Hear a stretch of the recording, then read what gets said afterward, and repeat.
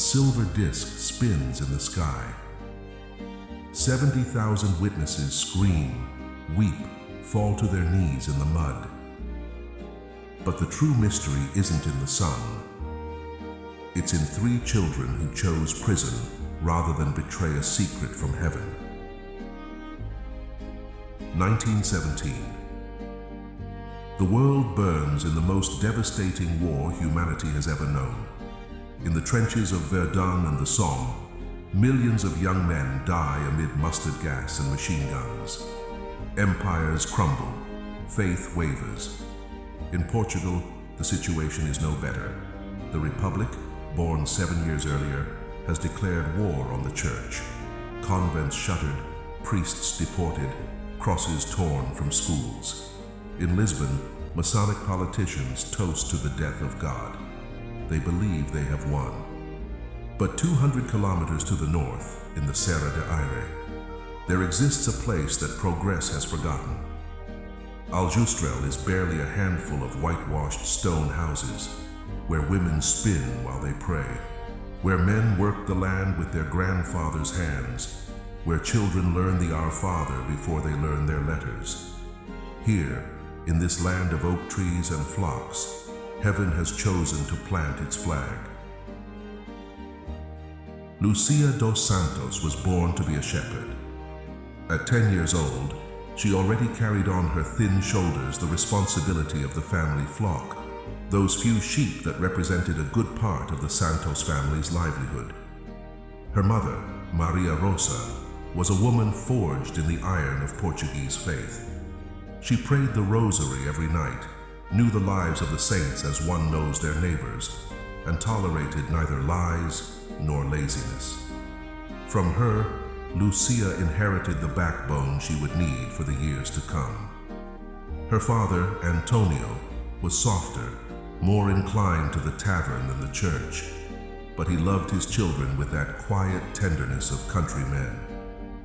Lucia was the youngest of 7 siblings, and perhaps that's why she developed that mix of independence and leadership that set her apart among the children of Aljustrel. Francisco Marto was still water where Lucia was a torrent. At 9 years old, the son of Manuel Marto and Olimpia de Jesus preferred solitude to boisterous games. While other children ran and shouted, he would sit beneath a holm oak playing melodies on his reed flute, melodies no one had taught him, and that seemed to spring from somewhere very deep. He spoke little, observed much.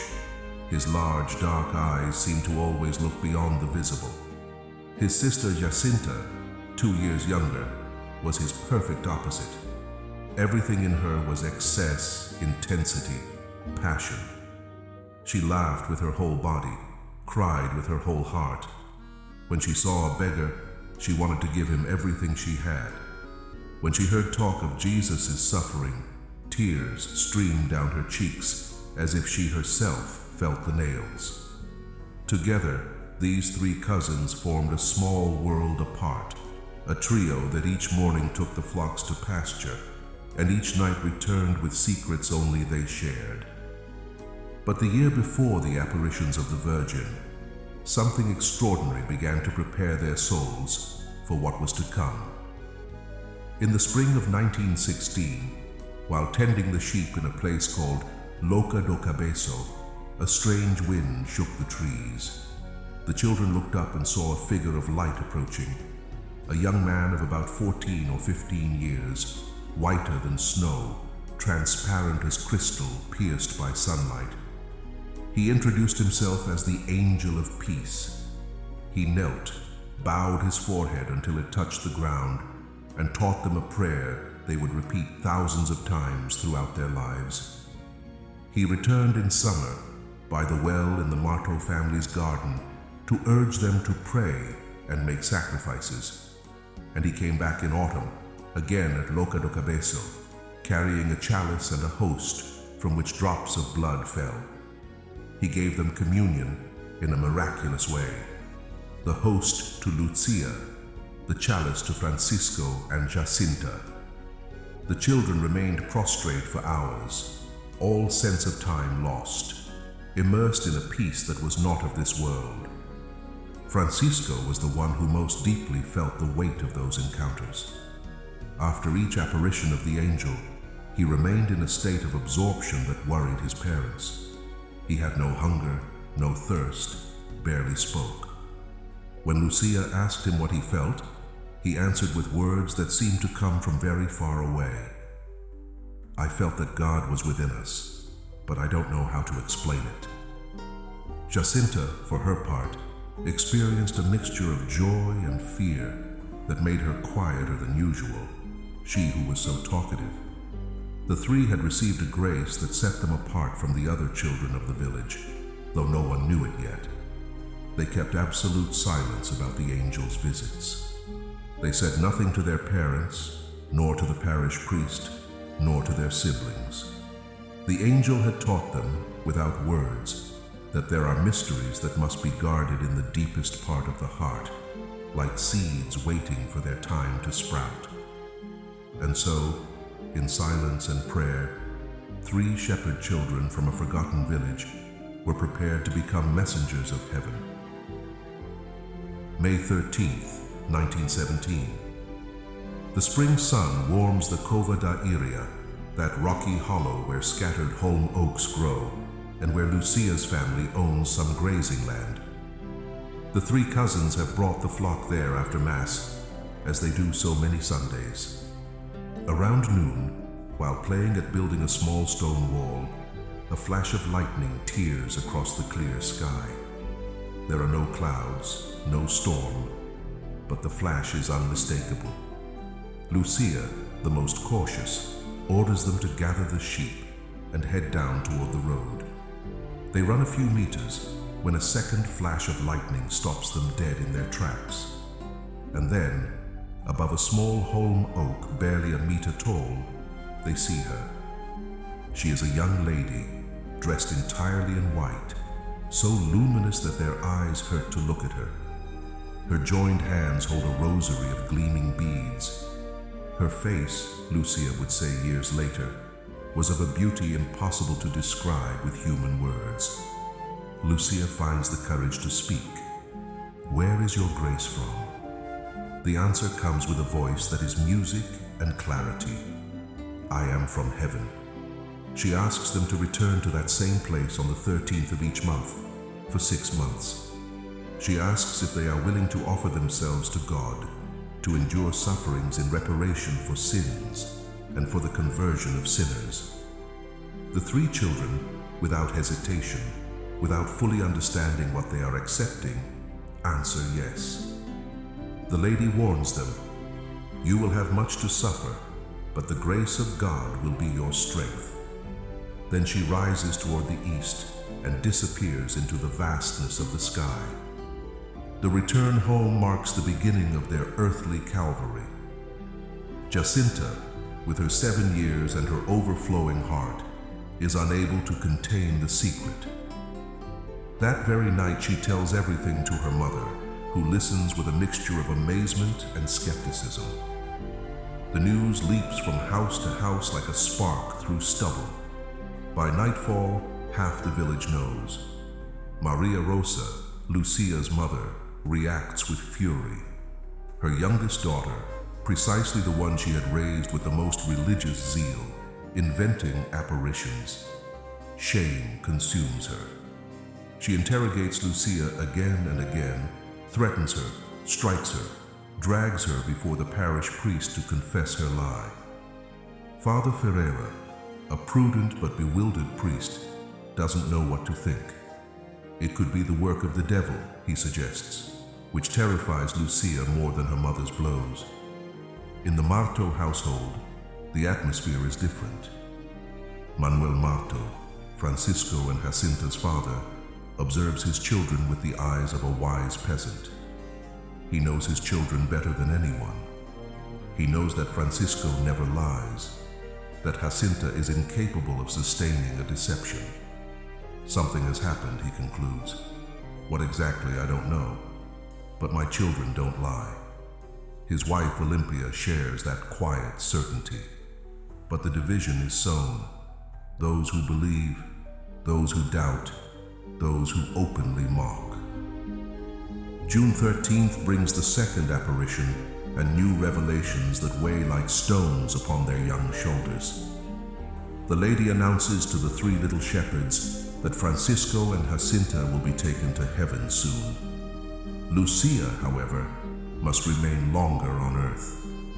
There is a mission for her, to spread throughout the world devotion to the Immaculate Heart of Mary. Giaxinta, upon hearing that she will go to heaven without her cousin, breaks into tears with that weeping of hers that seems to come from the very bowels of the earth. She doesn't want to be separated from Lucia, but she accepts, as she will accept everything that comes. Phanxicô receives the news of his approaching death with a serenity that bewilders those who know him. For him, going to heaven means finally being close to that Jesus hidden in the tabernacle who draws him so strongly. From that day on, his life changes radically. He spends hours before the altar of the small church of Fátima, motionless, his eyes fixed on the tabernacle. When they ask him what he's doing, he responds with crushing simplicity.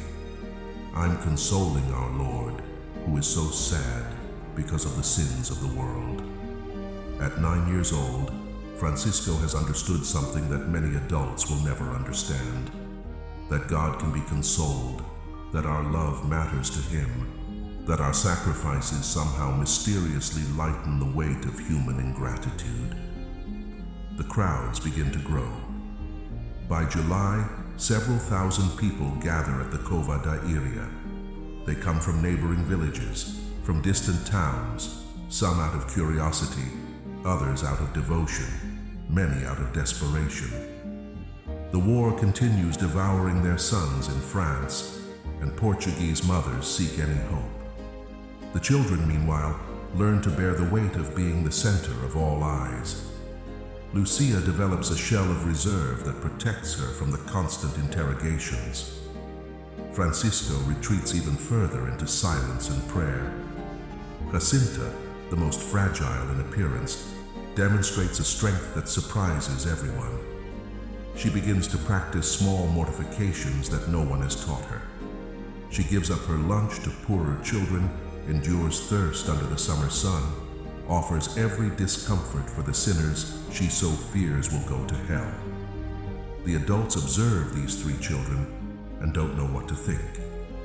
They are too normal to be impostors, too extraordinary to be simply children. Something burns in them that has no natural explanation. And that fire, far from consuming them, seems to purify them day after day, preparing them for the terrible trials that summer will bring. The 13th of July, 1917, marks a before and after in the history of Fátima. The Cova da Iria seethes with several thousand pilgrims who have come from every corner of Portugal. Among them are sincere devotees, skeptical onlookers, and also spies from the Republican government taking notes on everything they see. The three little shepherds arrive escorted by a crowd that pushes them, touches them, tears threads from their clothing as relics. Lucia, at 10 years old, has learned to move through the multitude with a determination that astonishes the adults. Phanxicô walks with his eyes lowered, taking refuge in that inner silence that is his fortress. Giaxinta, the little one, trembles with emotion and something more, a premonition that this day will bring terrible revelations. When the lady appears above the holm oak, wrapped in her light brighter than the midday sun, the children fall to their knees. And then begins the vision that will mark their souls forever. The Virgin opens her hands, and from them springs a beam of light that seems to pierce the earth itself. The three children see hell. It is not an image, it is not a symbol. It is a reality that opens before their eyes like a wound in the cosmos.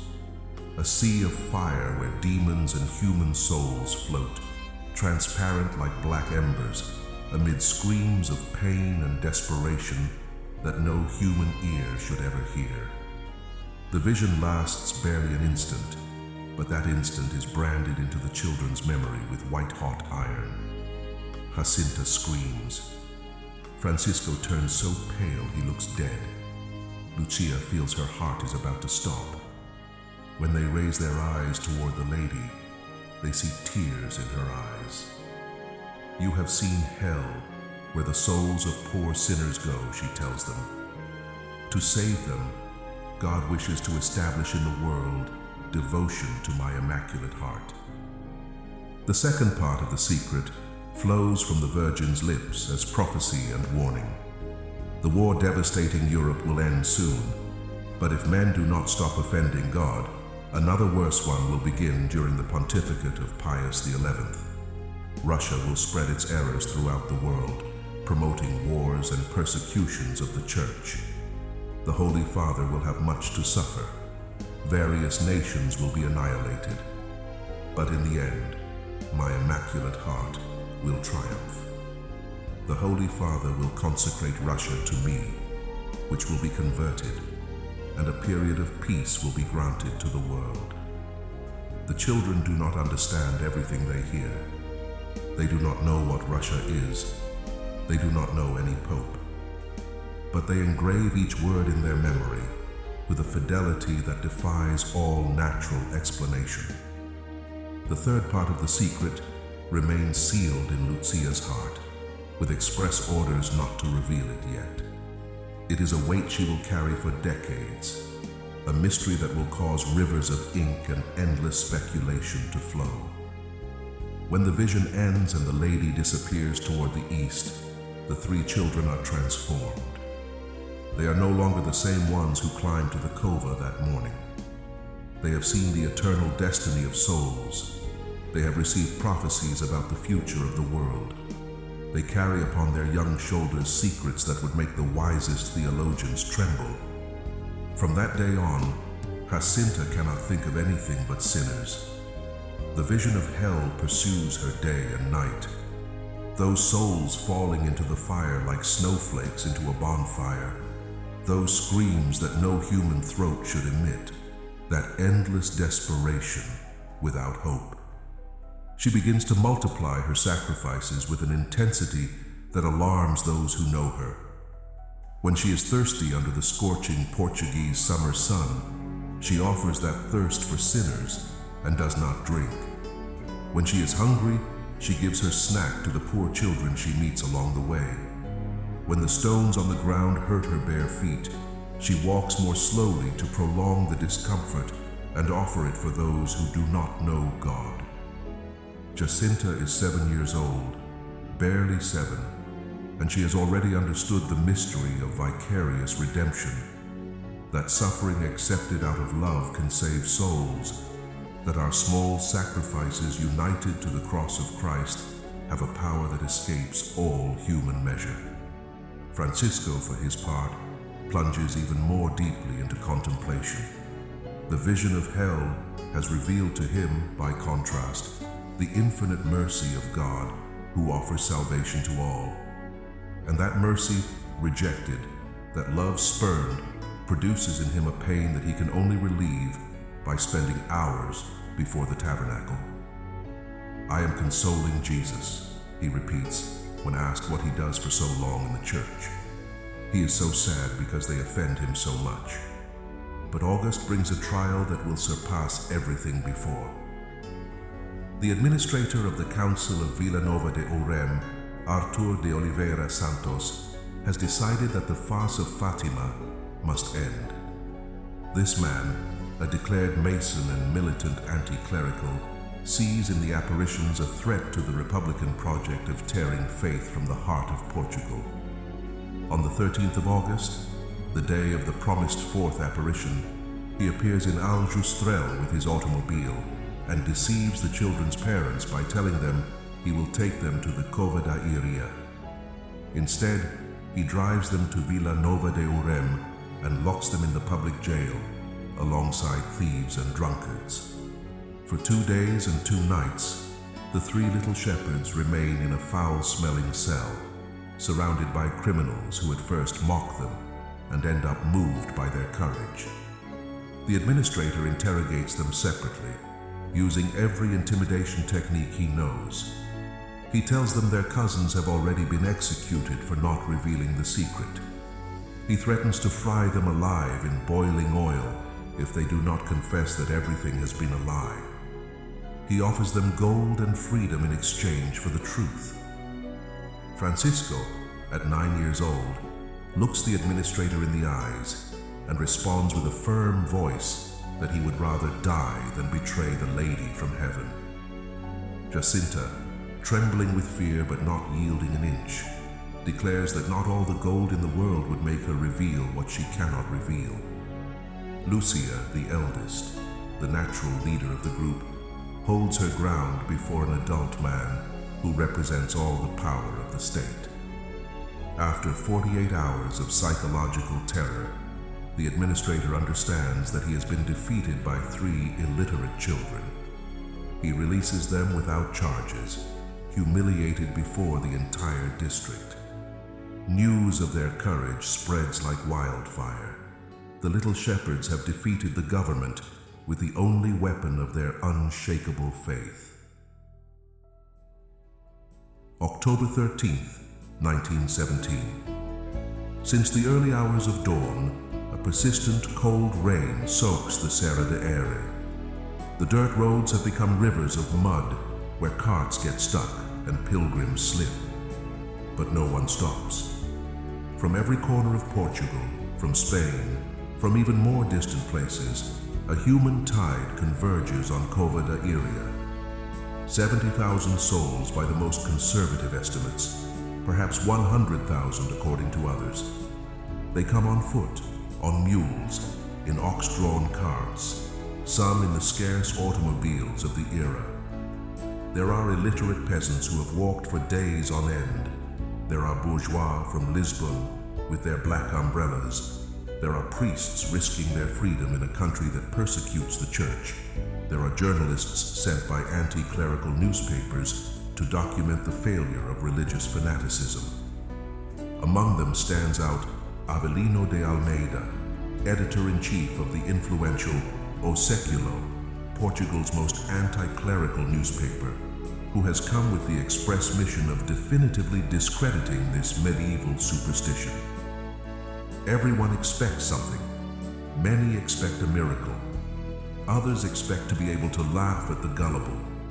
No one imagines what is about to happen. The 3 little shepherds arrive at the cova, escorted by a crowd that presses against them, pushes them, wants to touch them as if they were living relics. Lucia walks with that determination she has forged through months of interrogations and pressures. Phanxicô advances with half-closed eyes, already almost completely submerged in that inner world where he has dwelt since the angel's apparitions. Giaxinta, soaked to the bone, trembles not from cold but from anticipation. She knows this is the promised day, the day of the great miracle that the lady announced, so that all may believe. When they reach the holm oak over which the Virgin appears, they can barely move amid the press of bodies. A priest clears a path for them by pushing. The clock marks close to noon, though the leaden sky makes it impossible to tell the exact hour. The rain keeps falling relentlessly. Suddenly, Lucia cries out with a voice that cuts through the murmur of the crowd, "Close your umbrellas." The people obey without knowing why.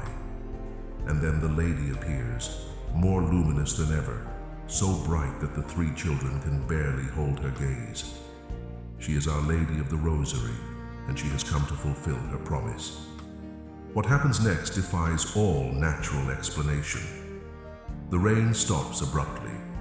The clouds part like curtains of a celestial theater, and the sun appears, but not like the sun of every day. It is a pale silver disk that can be looked at directly without hurting the eyes. It begins to spin on itself like a wheel of fire, casting beams of light of every color of the spectrum across the landscape, across the people, across the trees. Red, yellow, green, blue, violet. The colors follow one another in waves that tint the faces of those present, that transform the mud into an iridescent mosaic, that paint the clouds with impossible hues. 10 minutes this spectacle lasts, one that no human eye has ever witnessed. But the worst is yet to come. The sun seems to break loose from its place in the firmament. It begins to fall toward the earth in a zigzag, spinning faster and faster, approaching the crowd with a heat that scorches the faces turned upward. Panic erupts like a wave. Thousands of people scream, fall to their knees, confess to one another at the top of their lungs, pray the rosary through sobs, beg forgiveness for their sins, convinced that the end of the world has come. Mothers embrace their children. Grown men weep like children. Declared atheists invoke the name of God. And then, when it seems the sun is about to crash into the earth, it stops. It returns to its place in the sky with the same zigzagging trajectory. The clouds close. Everything ends. The second miracle goes almost unnoticed amid the commotion, but it is equally inexplicable. The clothing of 70,000 people, soaked by hours of torrential rain, is completely dry. The mud that covered shoes and skirts has evaporated. It is as if the rain had never fallen, as if the dancing sun had absorbed all the moisture in those 10 minutes of wonder. Avelino de Almeida, the anti-clerical journalist, stands motionless for long minutes, unable to process what his eyes have seen. When he finally takes up his pen, he writes a chronicle that will travel around the world and cost him the scorn of his free-thinking colleagues. He saw everything, he cannot explain it, but his professional honesty prevents him from denying it. Meanwhile, the three little shepherds have witnessed visions that only they can see. The Lady has shown herself to them successively as Our Lady of Sorrows with Christ carrying the cross, as Our Lady of Mount Carmel with the child Jesus in her arms, and finally alongside Saint Joseph blessing the world. She has repeated her essential message to them with words that resonate like bells in the silence of the soul, that they pray the rosary every day, that they convert, that they no longer offend our Lord God who is already greatly offended. The war will end, she has promised. And indeed, 13 months later, the armistice of November 11th, 1918, will put an end to the slaughter of the Great War. Heaven has spoken, the sun has danced, and 3 children from a forgotten village have been the chosen instruments so that the world may remember that God exists, that He loves us, and that He awaits our response. The Spanish flu arrived in Portugal in the autumn of 1918 like an exterminating angel that made no distinction between rich and poor, between believers and atheists. In Aljustrel, the church bells tolled each day for new dead. Francisco and Giaxinta Marto fell ill almost simultaneously, their small bodies consumed by a fever that no home remedy could overcome. But while the world saw in them just 2 more children among the millions of pandemic victims, they knew exactly what was happening. The Lady had announced it to them in June of 1917. Francisco and Giaxinta would be taken to heaven soon. The promise was being fulfilled. Francisco received the news of his imminent death with a peace that bewildered those around him. During the months of illness, his only concern was receiving communion, that encounter with the hidden Jesus to whom he had devoted so many hours of silent adoration. The parish priest hesitated to give viaticum to such a young child, but Francisco insisted with a determination unusual for his 10 years. When he finally received Christ in the Eucharist, his face lit up with a smile that those present would remember all their lives. On the 4th of April, 1919, after asking forgiveness from everyone for any fault he might have committed, Francisco Marto surrendered his soul to God. He died as he had lived the last 2 years, in silence, in peace, consoling Jesus until his final breath. Giaxinta's Calvary was longer and more painful, as if heaven wished to purify that small diamond until it reached an unbearable brilliance. The flu developed into purulent pleurisy, then into bone tuberculosis. An abscess devoured her side. The doctors in Aljustrel could do nothing, so she was transferred first to the hospital in Vilanova de Urem and then to Lisbon, far from her mother, her father, Lucia, from everything she knew and loved. In those cold and anonymous wards, surrounded by strangers who did not understand who this peasant girl was, Giaxinta endured operations without anesthesia. They removed 2 of her ribs. They drained the purulent abscess. Each procedure was an agony that she offered for sinners, for the Holy Father, for the conversion of Russia. The Virgin appeared to her several times in the hospital to console her and reveal new visions. Future wars that would devastate the world. Terrible persecutions against the Church. The Pope, dressed in white, falling under bullets. Giaxinta kept everything in her heart, as she had learned to do since that first apparition of the angel. On the 20th of February 1920, completely alone in a room at the Dona Estefania Hospital in Lisbon, Giaxinta Marto died. She was 9 years old. The nurse who found her declared that her face radiated a supernatural peace, as if in the final moment she had seen something of indescribable beauty. Lucia was left alone with the weight of the secret and the mission. The lady had told her she must remain longer on earth to spread devotion to the Immaculate Heart of Mary, and Lucia obeyed with that unwavering fidelity that characterized her. In 1921, she entered as a student at the College of the Dorothean Sisters in Vilar, near Porto, where she could study far from the constant harassment of pilgrims and the curious. Later, she took religious vows, first as a Dorothean, and then, in 1948, as a discalced Carmelite at the convent in Coimbra, where she would remain until her death. In obedience to her superiors and the bishops, she wrote her memoirs in several volumes, progressively revealing the details of the apparitions she had guarded for decades.